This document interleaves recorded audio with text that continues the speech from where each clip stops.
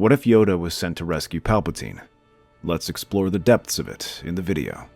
The Battle of Coruscant rages between the viewport, streaks of turbolaser fire illuminating the darkness. Inside the towering bridge of the Invisible Hand, Count Dooku stands and observes it. At his side, bound in durasteel restraints, Supreme Chancellor Palpatine feigns helplessness. But they both know the time for acting is almost over.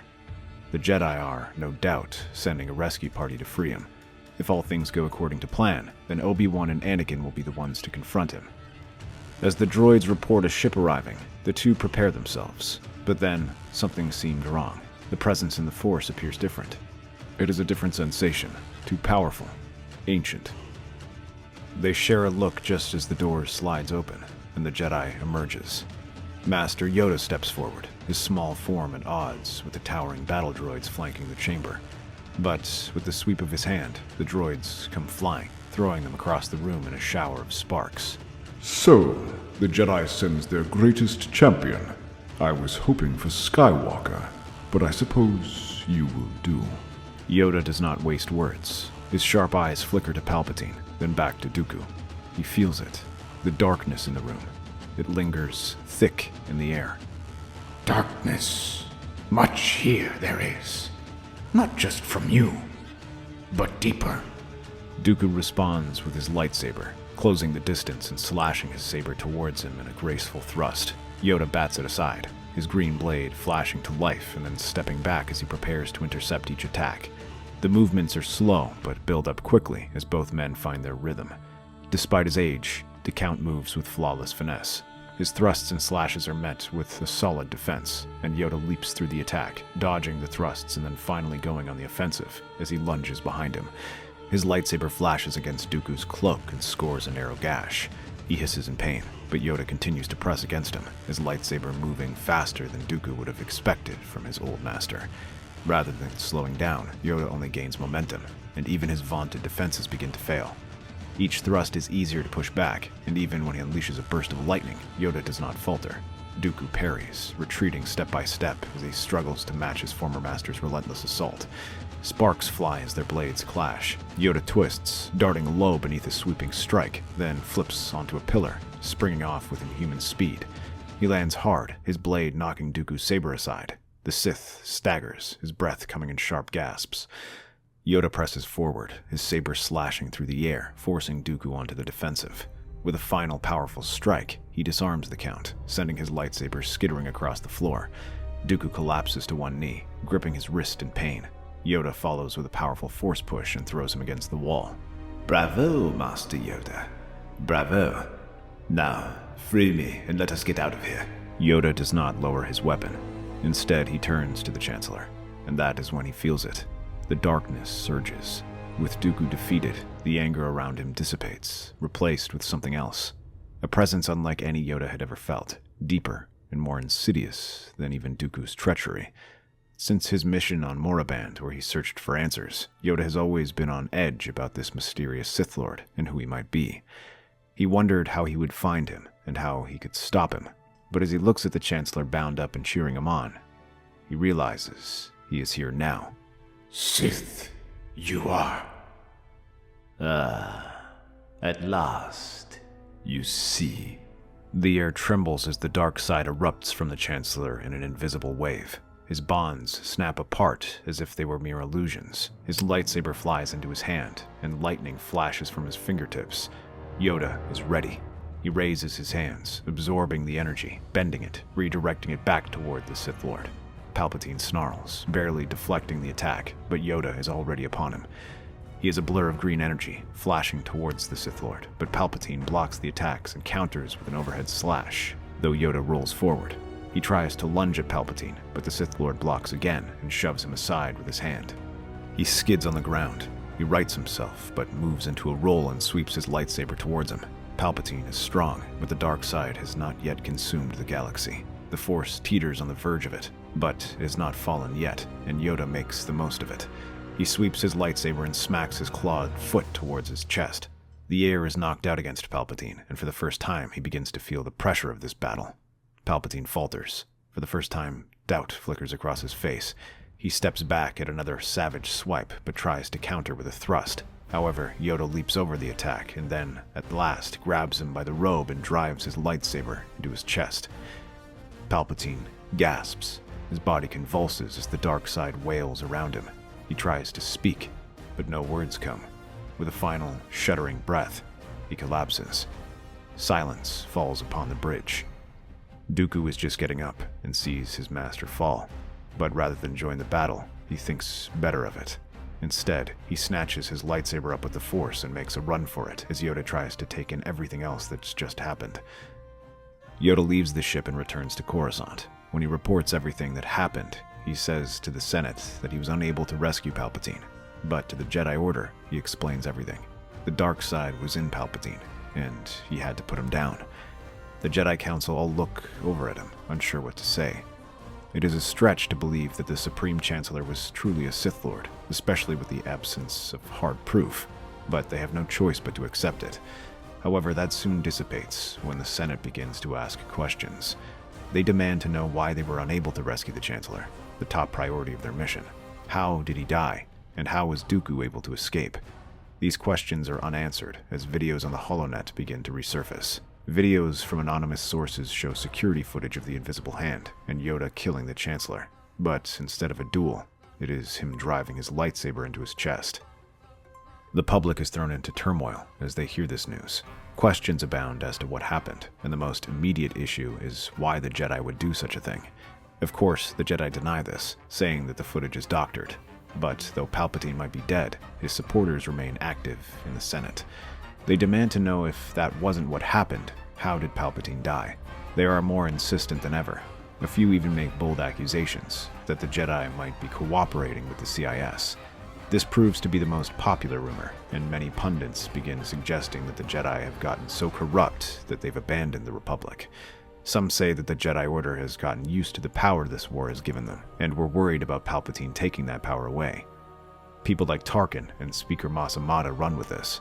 They say that since Palpatine was trying to put power back in the hands of the Republic, the Jedi worried that they would lose their military privileges. Some of them demand that the Jedi account for these crimes, and even suggest military action to force them from their positions if they refuse to cooperate. As news reaches the Jedi Temple, they call for an emergency meeting to find a way to handle the situation.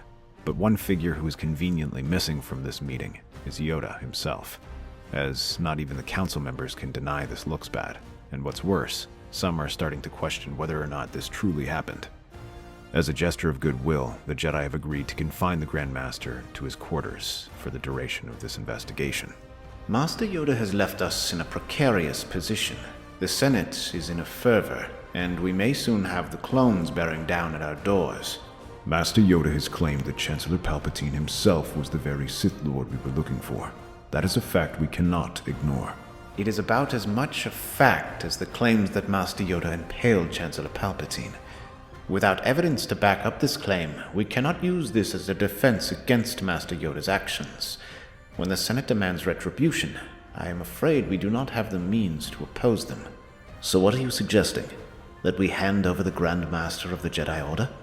We accept punishment for the crimes we did not commit because the Senate demands it from us? This isn't the first time the Senate has overreached its position. Should we truly let them do it again? I am suggesting that we must placate the Senate, at least for the time being. Perhaps there is a way to prevent the Senate from forcing us to relinquish our responsibilities. And what might that entail? We should consider the fact that Master Yoda is not as sharp as he once was. I think we all recall that incident a few weeks back when he claimed he was hearing the voice of Qui-Gon. Perhaps if we suggest that Yoda was simply acting alone, and we allow them to detain him. Are you honestly suggesting we allow our Grand Master to be made an inmate? It is far from ideal, but it will allow us to continue our investigation and see whether there is truth in it, so that we may prove that Master Yoda is innocent. The Jedi look at one another and close their eyes as the decision weighs heavily on them. It is far from an easy decision, but it makes sense. And unfortunately, the only option they have short of surrendering to the Senate. They stay all night, but they eventually come to a decision. Master Yoda will be handed over to the Republic for imprisonment, while the Senate forms a committee to investigate the rumors of these killers. However, the Jedi maintain their stance that Yoda is innocent, and that the holofeed is fake. But rather than pacify the Senate, they are only further emboldened, and they use the incident to demand increased oversight within the Jedi Temple, demanding that a representative be present for any major decisions. Meanwhile, as this takes place, the war continues, and the Jedi are left scrambling to fight a war on two fronts. For Anakin, this is a fight he would rather not be in. He wants to trust Master Yoda and what he did, but the actions he's witnessed rocked him to his very core. The idea that Chancellor Palpatine was a Sith Lord is an idea even he cannot swallow. But there are still rumors that the Jedi want to investigate in secret and discover the truth. Although handing Yoda over saved them for the moment, they are still facing immense pressure, and nothing short of proving their innocence will save them. Yet, as he considers this, he's called to the Senate chambers, where Mas Amedda is waiting for him. You must understand, General Skywalker. The Senate is on the verge of panic. The people demand answers, and you, more than anyone, can provide them. And you provide them. Answers or justification. What happened aboard the Invisible Hand was unprecedented. A Jedi Master, the Grand Master himself, executing the Supreme Chancellor in cold blood. Allegedly executing. Now the Senate fears the Jedi have overstepped their bounds. They ask, if Yoda could do this, what stops the others? They killed the highest official in our government. What if they decide to kill senators and military officials? You knew Chancellor Palpatine well. You admired him. Tell me, Anakin, do you truly believe he was a Sith Lord? Do you believe Master Yoda acted in the best interests of the Republic? Anakin's throat tightens. The question lingers. He opens his mouth to speak, but he doesn't know what to say. They say that Master Yoda's mind was not as sharp as it used to be. That he perhaps saw things. Perhaps. But that raises the question. If they had these concerns, why did they let him remain in power? Could it be that they were blinded by the Jedi Code? The Senate needs your word, Skywalker. You must convince them that this is not some grand Jedi conspiracy. Otherwise, I cannot promise what will happen next. You're asking me to turn against my own order. I'm asking you to protect the Republic. But as this meeting ends and Anakin goes home, he is called to the Jedi Temple immediately to debrief on what just happened. Anakin stands before the Jedi Council, minus Yoda. You met with Mas Amedda. What did he ask of you? To testify before the Senate, to confirm their suspicions that Yoda acted irrationally, and what should happen moving forward. What do you believe, Anakin? I don't know, which is why we need proof. You need to investigate what remains of the Invisible Hand's databanks. There may still be some proof there, and if we don't find evidence, we may lose what little trust the Republic still has in us. Anakin exhales, his mind racing. If the Jedi were right, then someone was covering Palpatine's tracks even after his death. But if the Senate was right, maybe Yoda had acted rashly.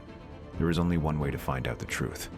The hum of computers fills the dimly lit room as Anakin strides between rows of data terminals. The facility, tucked away in a secure Republic compound, is where the remains of the Invisible Hand lay. The ship, or what is left of it, is being scrapped for parts in the scrapyard. But as the last of the welders and technicians depart for the night, Anakin secretly makes his way inside the ship and begins searching through the ship's databanks in the half of the ship still functioning. Anakin accesses a central terminal, scanning through logs of recovered data. His fingers tighten on the console. Entire sections of footage are missing. From what he could tell, they weren't destroyed in the crash, but erased deliberately. A flicker on the screen catches his attention. Lines of code shift, vanishing before his eyes. Someone is deleting files right now. Quickly, he brings attention to the security feed, making out the fuzzy and badly damaged footage, and from there, he sees a flicker on the screen. Whirling around, Anakin spots a shadowy figure near the far end of the facility, hunched over a separate terminal. Stop! You there!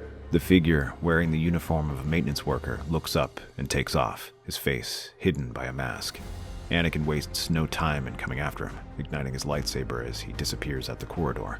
When Anakin reaches that area, he sees the figure leaping out from a hole and jumping to the facility below. Anakin leaps after him, using his Jedi-enhanced abilities to follow.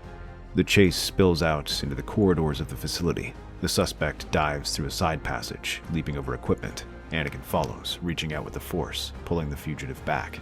They crash to the ground, gasping, but as he turns around, he pulls out a blaster and opens fire. He pauses enough to deflect those blaster shots before directing the next shot to knock the gun from his hand. Before the suspect can do anything else, he leaps onto him and pins him down. Who sent you? Who ordered the data erased? The officer, or traitor, doesn't answer. Instead, they smirk grimly and bite down. A sharp crack. Their eyes go wide, then glaze over. A suicide chip. Anakin curses under his breath. The Jedi needed answers, and now their best lead was dead. But as they search the corpses, his fingers brush against something. A small holodisk. No doubt how he received his orders. Determined, Anakin takes the holodisk and connects it to a slicer terminal. It takes some time to bypass the security encryption, but he forces his way in to try and access the information within it. There isn't much, as whoever made this device built it well to resist hacks. When, at last, he gets through, he sees the information being displayed before him. There isn't much, but there is a signal that transmits orders. Signals from a CIS relay station. Anakin lands his ship outside a hidden separatist outpost. He strides forward, saber in hand. Inside, security droids and officers scramble, but he cuts through them. Behind them, a squad of clones rush in as reinforcements, commanded by Commander Appo. Though security forces try to stop them, Anakin has R2 hack into the terminal and guide them through the chaos, dodging their patrols and making their way deeper into the facility to search for answers in the databanks. But as they venture inside, Count Dooku appears, along with a squad of super battle droids. Ah, Skywalker. I wondered when you would arrive. I had hoped to find you on board the Invisible Hand. Sorry to disappoint, but let me make it up to you. Their sabers clash in a storm of blue and red. Dooku moves with the precision of a master, effortlessly parrying Anakin's raw, aggressive strikes as Anakin tries to fight his way toward him. But the Count is careful to keep his distance, avoiding his attacks, and then trying to press forward. And yet, Anakin doesn't let himself get pushed back. He slashes his lightsaber aside and tries to take Dooku's head in the backswing. But the Count whirls and twists his arm back, blocking the strike and letting it slide aside. Rather than stumble, he rides the attack and whirls low, trying to slash at his legs. Dooku sidesteps and counters, forcing Anakin to pivot quickly to avoid a deadly strike. Anakin tightens his grip and leaps, twisting midair and strikes downward. Dooku barely catches the blow, his arms straining against Anakin's sheer strength. He stumbles a step, and Anakin takes the chance to ram into him. He tries to sweep his lightsaber, but Dooku counters, and sparks fly as their sabers scrape against the station's metal walls. Around them, blaster fire fills the air as both sides try to gain the upper hand. Dooku attempts to outmaneuver, dancing through the fire and rushing at him, but the younger warrior is faster and intercepts the attack. With that, there is an opening, and he kicks Dooku back. Seizing the moment, Anakin swings downward. Dooku barely blocks, his stance faltering as he stumbles away, using his droids as cover. When he advances toward him, he doesn't notice Appo receiving a communication and suddenly turns his blaster on him. The other clones follow along with the droids, their battle momentarily forgotten as they open fire. Anakin barely leaps clear from the attack and blocks the strike. Die, Jedi traitor! As he deflects these shots, Dooku comes from behind and unleashes a burst of force lightning, but Anakin reacts quickly. Grabbing a super battle droid, he pushes it forward and uses it like a shield, letting it explode and throw him back. Dooku moves to finish him off, thrusting his lightsaber, but Anakin barely manages to intercept it. But as the Count's lightsaber is still sliding forward, the Jedi rushes at him and lets the Force guide him, pushing him forward with a flurry of attacks. Dooku struggles to keep up. A sudden surge of power. Anakin's blade slips past Dooku's guard, slicing his saber hilt in two. The Count reels back, panting. Anakin extends his free hand and unleashes a force blast. Dooku is thrown back, colliding with the command console. Sparks rain down as he collapses to his knees, beaten. But the clones rush at him and fire their blasters until Anakin lets out a powerful shockwave that throws them back. Anakin breathes heavily as he steps over Dooku's lifeless body. A part of him feels excited at finally being able to deal with Dooku, but his mind is still racing at what happened with the clones. He has no time to dwell on it, though, as he requires action. He turns to the shattered console, sifting through the wreckage. Most of the files have been wiped clean, but a handful of documents remain, hidden beneath layers of security encryptions. He works quickly, slicing through the remnants of Dooku's database with the skills he's learned long ago. Then, he finds it. A series of intercepted transmissions. Dooku's voice, crisp and unmistakable, ordering the destruction of key evidence regarding the Invisible Hand. These files cannot remain. If the truth is revealed, our plans will collapse before they can come to fruition. You must ensure all records are erased.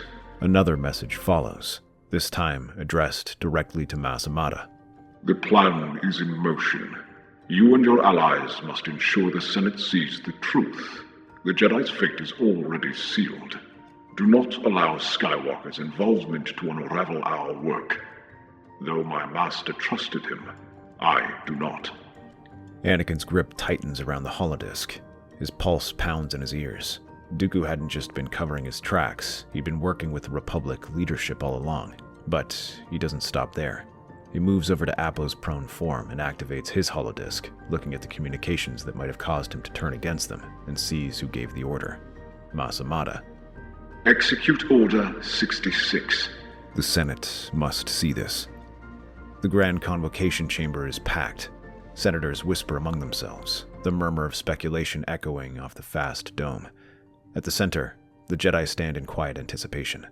Yoda is absent, but Anakin knows that what he is about to say could change everything. Knight Skywalker, you have requested an audience to present evidence regarding the recent troubling events. Speak. The footage from the Invisible Hand was altered. The narrative that the Jedi conspired with the Separatists, it was a lie. The display flickers to life, revealing Dooku's intercepted transmissions. His voice fills the hall, exposing his orders to erase all records tying Palpatine's assassination to the Sith Lord's own manipulations. The final message from Amata plays last, heavy with implication. Silence follows. Then, uproar.